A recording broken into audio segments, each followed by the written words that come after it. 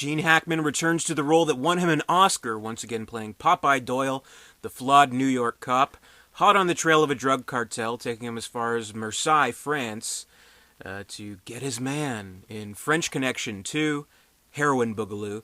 This is today's review. This is March on Demand. I'm taking your requests for reviews. This request comes from Lennox Mate. Thank you very much for your request. I know you've been recommending that I check this out for a long time, so I finally have watched it over the weekend. First thing I'll say here is I am a huge fan of Friedkin's film, the original French Connection.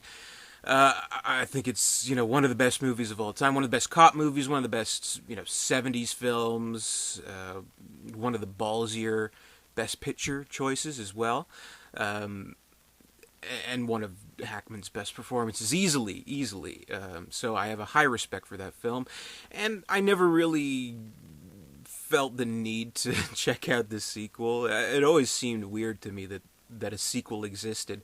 I knew very little about it, except for the fact that a plot point, and I'll tell you that there will be spoilers in this review if you're concerned about that. That a major plot point was that Popeye Doyle himself became addicted to heroin in the film, which that always seemed weird to me. And because I didn't know really the details, I don't know, my mind kind of filled in the blanks. Like I thought maybe he's doing like an undercover sting operation where he has to take the drugs himself, but then he's like, I like this, and keeps on doing it or something like that. So my mind always kind of filled in how the movie went about it, and I was always just kind of cautious because I loved the first movie. I loved the way it ended. I thought it was a very wrenching ending. I thought the ending was very appropriate. I liked the fact that this obsessed cop goes over the limit. He kills one of his own men. He barely cares. He keeps on going. The villain gets away. The villain, and we're told in a very cold summation, of title cards that, Popeye Doyle was reassigned. The end. Shit happens. So I found that a highly appropriate ending, and I love that ending. So with the French Connection 2, it's kind of like, well, let's give this guy a little bit of closure. Let's make this something where he continues his search for the bad guy and hopefully gets him, and ends it in a more typical Hollywood kind of way. And I'll say right off the bat that there are aspects of that. It does kind of feel a little bit more Hollywood cop movie than the original movie does. That the first movie does, I should say. But there's a lot of different kinds of things in this movie that kind of keeps it just far enough away from being quite that, which I appreciated. So to get into kind of where my mindset was in watching this movie for the first time, I'll say what kind of bugged me at first. Definitely, it was a surprise to me to learn right as I'm watching this movie. The movie takes place in France, which I guess sort of makes sense because, of course, Popeye Doyle, he's going to the source, he's going to the French Connection. But to take a character like this, Popeye Doyle, out of his element is a risk, which, you do sense that it takes away a little bit from the character, because in a lot of ways the character feels almost buffoonish in this environment, but it's more because he's a fish out of water.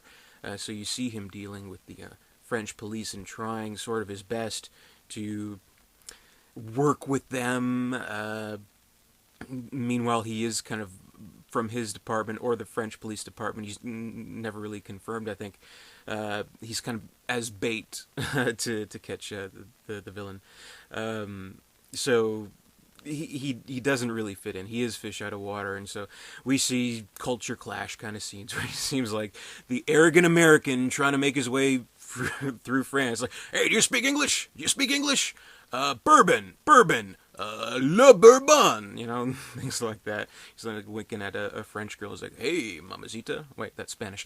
See, he's not doing too well. And that goes on quite a bit in like the first 30 minutes of the movie. And it does get kind of tired a little bit quickly. So within, say, that first half hour, and we're seeing, the villain once more, played by, who's the actor? It's Fernando Rey. is the villain in this film, and he's really good. I mean, he sort of feels this time around kind of like a Bond villain, but I think he's effective enough because he is so memorable from the first movie, despite not being the focus. Here he is a little bit more focused on. But we kind of see cutting back and forth. And he's doing another drug deal while Doyle is still on the case and things like that. But where it finally did kind of make its stance was where Doyle is, in fact, kidnapped, captured by the villain's associates, his henchmen, what have you, brought to a seedy hotel and forced heroin. Forced heroin injections for, I think it was, 3 weeks? Something like that. It's a nightmarish scene.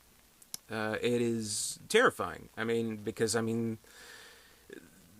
it's so unexpected, really. Like, even though I knew that's what it was about, I didn't know exactly how it would, go about showing that. But it is absolutely nightmarish, and we see the old lady kind of come in, and she's like stealing his watch and shit, and he's like slowly but surely succumbing, and he does in fact become an addict. So it then steps into his detoxing. So that's the whole middle section of the movie. One is addiction, two is detoxing, where they kind of have to do it on the DL. There's another character who's his main contact, his associate. The actor is Bernard Fresson, a French actor, and he plays Detective Henry, something like that. He's really good in those scenes where he's detoxing, and we see Hackman in a really committed performance where he is doing the detoxing, and it is utterly convincing. Of course, there's the scene where he's drunkenly talking about like Mickey Mantle is like, Mickey Mantle sucks or whatever. So I thought that was really good. It's a great performance from Hackman. It really is. So I think that kind of saves the movie, and really the moment where, let's say, the moment I realized, what, I like this movie, was where it's right near the end, and of course, he is able to get a little bit clean, but he's still kind of on the outs. He burns down the entire hotel because he's fucking Popeye Doyle. That's what he does. That's a great scene, and he tracks down one of the dealers, and he frisks him and takes the little baggie of heroin from him. And there's the whole scene at the dock where there's the complete flood, and then they come back to the hotel, and it's yet another failure. Doyle is alone in his hotel room. We see him kind of look at his coat, and then he notices the little baggie of heroin. And in that moment, I was thinking, don't do it. No, please, no. Of course, he rips it up. And that was the moment where I'm like, you know what? I like this movie. I'm invested in this character, despite this possibly being an unnecessary entry in a 2-movie franchise. But I love that. And the chase at the end is really good. I mean, it doesn't really amount to the iconic, legendary, amazing status of the car chase in the original film. But it's a good foot chase where you're starting to get like secondhand exhaustion from watching like Hackman like run down in the streets, and you're like, oh god, I wouldn't be able to do that. I'd be on the ground heaving in like 2 seconds. So that's great. And there's some really cool like point of view shots too, where we see from his perspective tracking down the villain played by Fernando Rey, and that I found a very suspenseful chase scene. I really did, and finally at the end, I'll say, of course, he gets him, and he calls out his name. He shoots him, goes back dead. Credits, and I kind of have a respect for that. It doesn't fuck around with wasting our time. It's like once the villain is dead, the movie's over, and that's it. So I kind of like that. So, I mean, the movie, it obviously wasn't directed by William Friedkin himself. It was directed by John Frankenheimer, who I'll say, despite having a generally good reputation as a filmmaker in Hollywood, of course he did probably most famously Manchurian Candidate. He has a lot of stinkers on his resume. I'll say that. But I don't think this is one of them.